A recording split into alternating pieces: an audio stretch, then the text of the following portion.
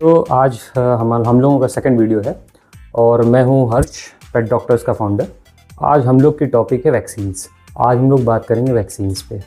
तो देखिए, वैक्सीन का क्या होता है कि वैक्सीन पहले बनाते कैसे हैं, फिर उसके बाद उसमें क्या कंपोनेंट होते हैं और उसका स्टोरेज कंडीशन क्या होता है। आज ये मेनली हम लोग इन्हीं तीन के बारे में बात करेंगे। तो जो वैक्सीन होता है हमारा, तो उसके अंदर आपके दो तरीके से बनता है। एक, या तो आप किसी भी डिजीज़ के बैक्टीरिया या वायरस को लेकर के उसको वीक कर दीजिए, इतना वीक कर दीजिए कि वो आपके बॉडी में एंटर करके पैथोजन न बन जाए, यानी कि आपकी बॉडी में इन्फेक्शन या बीमारी न कॉज करे। इतने हद तक उसको कमज़ोर किया जाता है।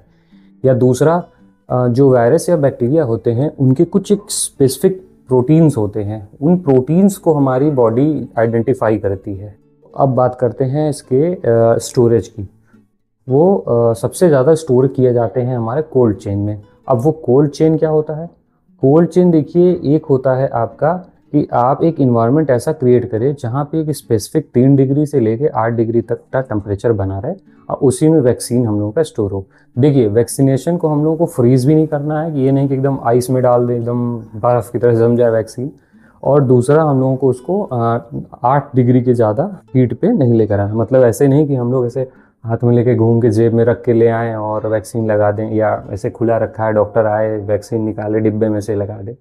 तो ये चीज़ों का ध्यान देना पड़ता है। और अधिकतर आज के ज़माने में मैंने देखा है कि इंसान के अलावा जितने भी एनिमल वैक्सीन्स होते हैं वो कोल्ड स्टोरेज अच्छे से नहीं होते हैं। कोल्ड, मैं रिपीट कर सकता हूँ अपनी बात को, कोल्ड स्टोर्ड नहीं होते हैं।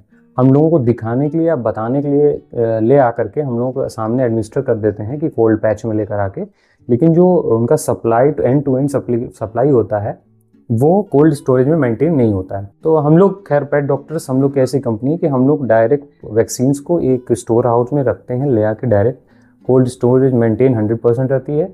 और इससे वैक्सीन की एफिकेसी भी हम लोगों की 90% प्लस होती है। इन द सेंस, मतलब देखिए, कोई भी वैक्सीन 100% कारगर नहीं होती। आप चाहे जहाँ से ले लो यूज़, या चाहे जो लगा लीजिए, चाहे जितने बार लगा लीजिए। तो वैक्सीन की एक लिमिट होती है कि यार इतनी ही तक करती है। और वैक्सीनेशन भी हम लोग प्रेफर करते हैं अधिकतर कोर वैक्सीन्स। देखिए, वैक्सीन भी हम लोगों के 3 तरह की हो जाती है। एक हो जाते हैं आपके कोर वैक्सीन्स, एक होते हैं नॉन कोर वैक्सीन। देखिए, वैक्सीन लगाते कैसे हैं? वैक्सीन जो होता है वो बेसिकली 45 to 50 डेज तक में ही हम लोग स्टार्ट करते हैं लगाना। और कोशिश करते हैं कि इस समय वैक्सीन लगते समय जो बच्चा है वो माँ के पास रहे, दूध पीता बच्चा रहे। यूजुअली लोग 15 या 20 दिन पे हटा देते हैं माँ के पास से, लेकिन ऐसा करना नहीं चाहिए। बट कुछ लोग कर देते हैं, पर 45 to 50 डेज़ ही हम लोग का ये टारगेटेड शेड्यूल होता है। फिर उसके बाद उसमें हम लोग 2-3 वैक्सीन जो है कोर वैक्सीन, उसको हम लोग ज़रूर रिकमेंड करते हैं, जिसमें से पहला हम लोग लगवाते हैं 9-in-1 या 11-in-1, ठीक है, DHPP जिसको हम लोग बोलते हैं। बाकी और भी सारे वैक्सीन हैं, उसके पूरे मैं चार्ट दे दूंगा आपको। आप स्क्रीन पे अभी देख सकते हैं इस चार्ट को, इसमें कैसे वैक्सीन लगते हैं। अब बात करते हैं कि हम लोग क्यों बेहतर हैं वैक्सीनेशन में। देखिए, वैक्सीनेशन कराना बड़ी बात नहीं होती है, वैक्सीन की एफिशिएंसी को मेंटेन करना बहुत बड़ी बात होती है। तो जो वैक्सीन हम लोग यूजुअली मार्केट्स में देखते हैं या कोई आके लगाता है, तो उसमें कोल्ड चेन का मेंटेनेंस नहीं हो पाता।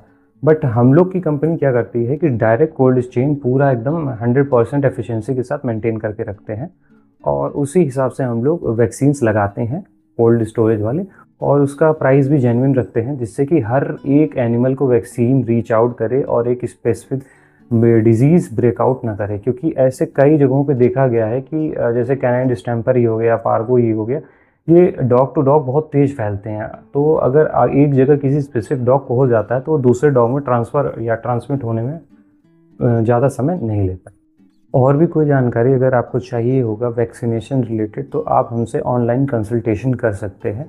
नंबर आपको स्क्रीन के नीचे दिख रहा होगा, आप जस्ट डायल करिए और तुरंत हमसे कांटेक्ट में आइए, और आपका रिप्लाई, कॉल का आंसर वेट करते रहते हैं। और 24/7 आपको सुविधा अवेलेबल है।